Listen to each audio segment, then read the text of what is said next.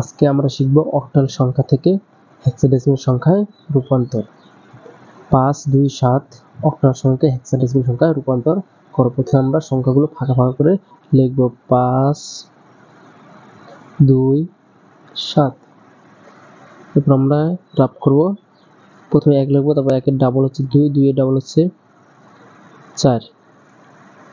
এখন আমরা 7 কি করবো, বাইনারিতে রূপান্তর করবো। 7কে বাইনারিতে রূপান্তর করলে 4 আর 2 যোগ করলে 6, 6 আর 1 যোগ করলে 7। তাহলে 4 এর নিচে 1, 2 এর নিচে 1, 1 এর নিচে 1। তাহলে আমরা 7 সমান কি লিখতে পারি, 1, 1, 1। 7 এর বাইনারি হচ্ছে 3টা 1। এবার হচ্ছে 2 এর বাইনারি। 2 এর বাইনারি হচ্ছে 2 এই জায়গায় আছে, 2 এর নিচে 1, বাকি 2 এর নিচে 0। তাহলে 2 এর বাইনারি হচ্ছে 1, 0, 0। 5 এর বাইনারি 4 1 যোগ করলে 5, 4 নিচে একটা 1, 1 এর নিচে একটা 1, মাঝখানে 0। তাহলে আমরা 5 সমান লিখতে পারি 1, 0, 1। আমরা প্রথমে কি করছি, অক্টাল সংখ্যাকে বাইনারি সংখ্যায় রূপান্তর করছি। এবার আমরা হেক্সাডেসিমাল সংখ্যা নেব। হেক্সাডেসিমাল সংখ্যা নিতে হলে 4 সংখ্যা করে নিতে হবে। 1টা 2টা 3টা 4টা, 1টা 2টা 3টা 4টা, আছে 1। এই যে আমরা কি করব, 4 এই যে একটা 1 আছে, 3টা 0 দেব।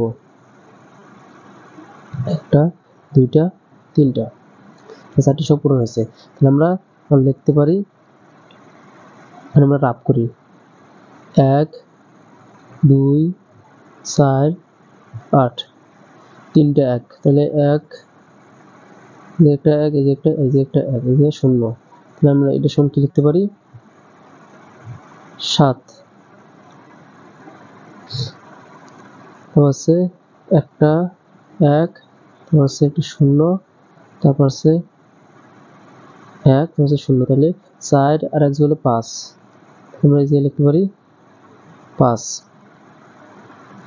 তারপর হচ্ছে এই যে হচ্ছে 1, তারপর হচ্ছে 3টা 0। তাহলে আমরা যে কি লিখতে পারি 1।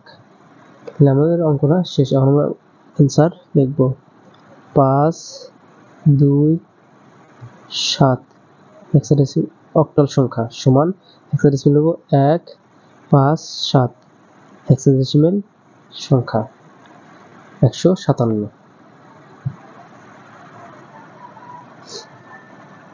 আমরা এবারে এই অঙ্কটা দেখি।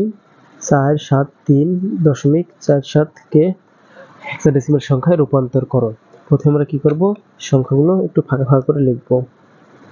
473.47। এখন আমরা রাব করি 1, 2, 4। 3 এর বাইনারি হচ্ছে 2 এর 1 যোগ করলে 3। তাহলে এই যে একটা 1, এই যে একটা 1, এই যে একটা 0। তাহলে 3 এর বাইনারি হচ্ছে 0, 1, 1। হচ্ছে 7 এর বাইনারি 4 আর 2 যোগ করলে 6, 6 আর 1 যোগ করলে 7। আর 3টা সংখ্যার নিচে 3টা 1 বসবে। তাহলে 7 এর বাইনারি হচ্ছে 3টা 1, 1 হচ্ছে 4।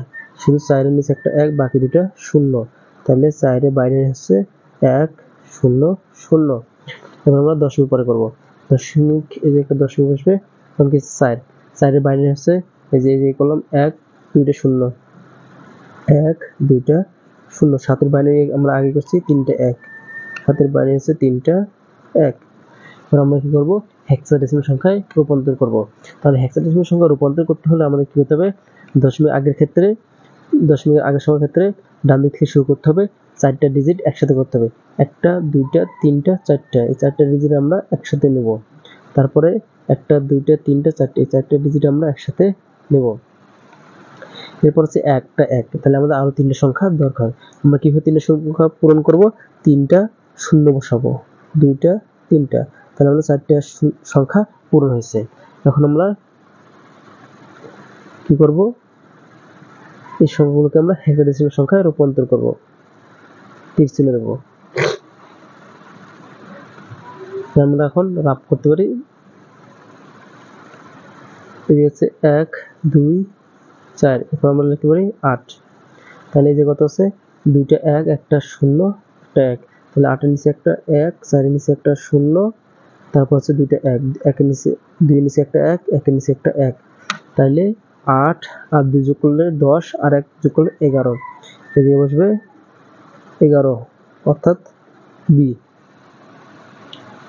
এরপর হচ্ছে একটা 1, দুইটা 1, দুইটা 0, তাহলে এই যে দুইটা 0, তারপর হচ্ছে দুইটা 1, তাহলে 2 আর 1 যোগ করলে 3, তাহলে এটার বাইনারি হচ্ছে 3, তারপর হচ্ছে 3 0 1, একটা 0 2 0 3 0 হচ্ছে 1, তাহলে এটা বাইনারি হচ্ছে 1।